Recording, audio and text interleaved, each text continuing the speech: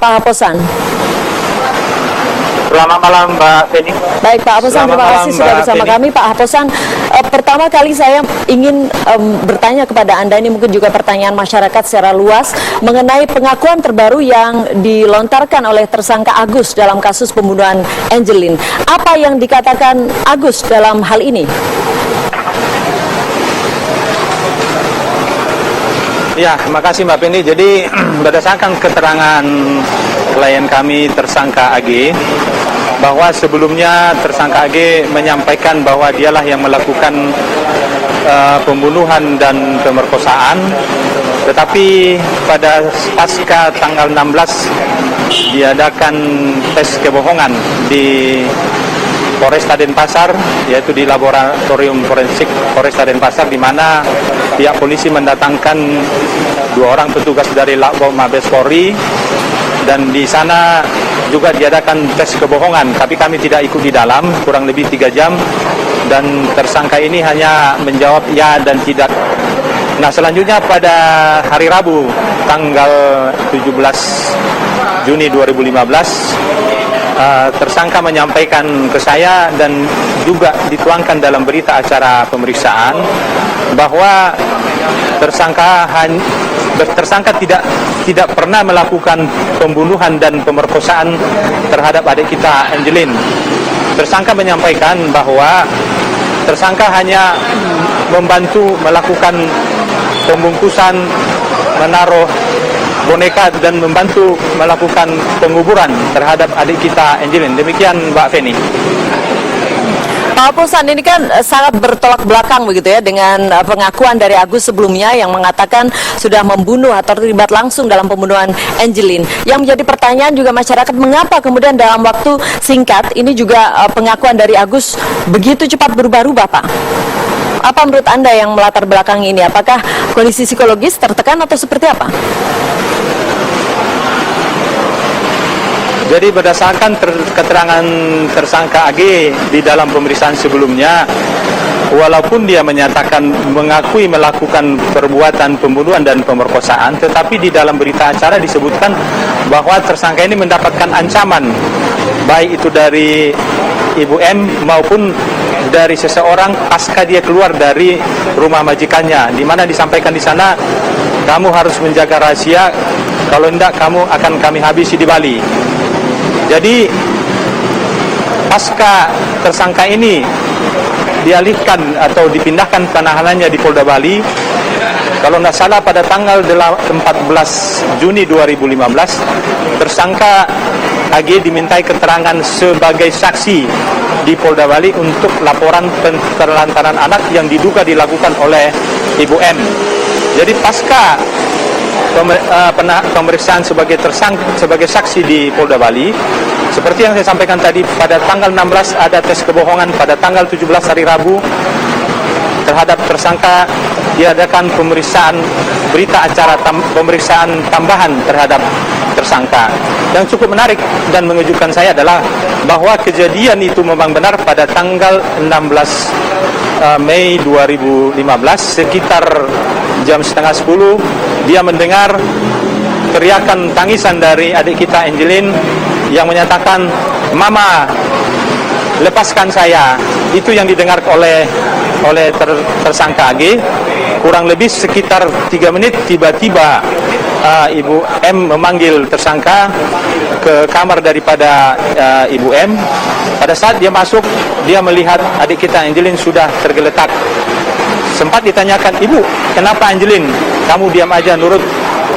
Disampaikan oleh Ibu M kepada tersangka, dan pada saat itu disampaikan oleh Ibu M terhadap tersangka, "Kamu harus turut, kamu harus, kalau seandainya kamu ketangkap, jangan libatkan saya. Ini merupakan suatu rahasia. Kalau ketangkap jangan libatkan saya. Akuilah kamu yang membunuh, kamu yang memperkosa.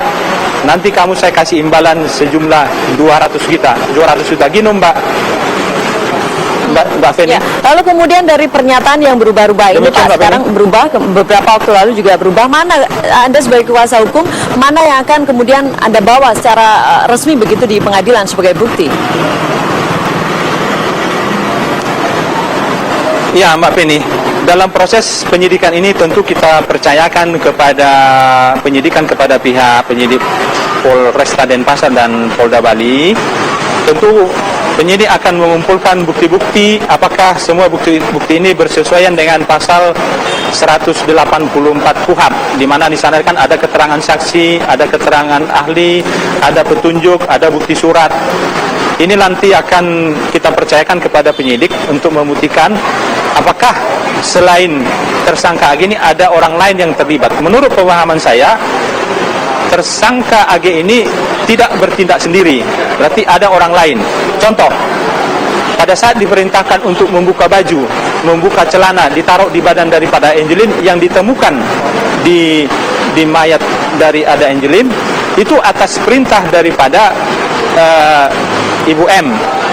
Kalau seandainya dia melakukan pembunuhan, kenapa dia harus menaruh bajunya sendiri, celananya sendiri di tubuh dari korban Angelin?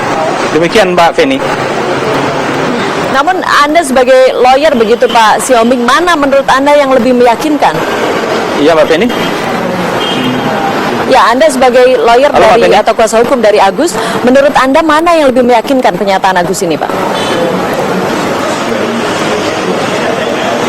Kalau berdasarkan keterangan daripada tersangka pada pemeriksaan sebelumnya, saya lihat lebih bersesuaian keterangan yang terakhir Mbak Feni.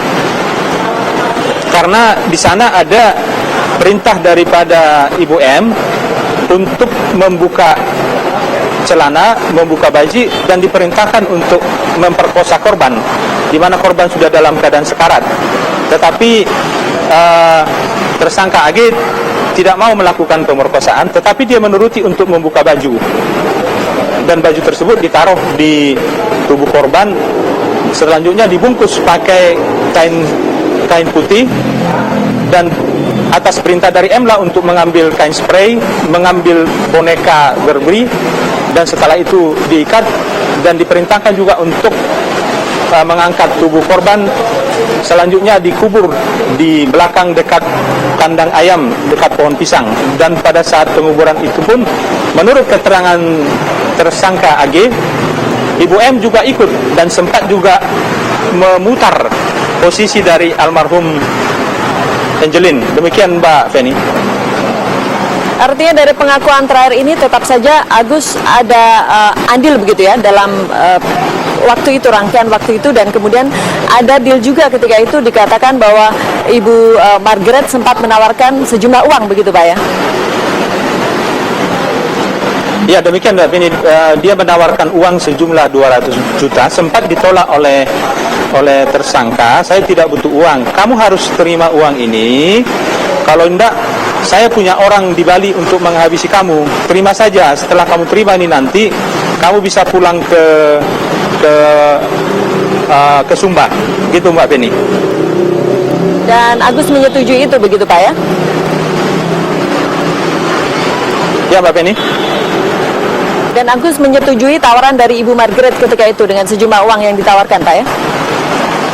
Iya, setelah ditawarkan baru tersangka ini diperintahkan untuk mengambil spray untuk membungkus tubuh daripada korban Angelin.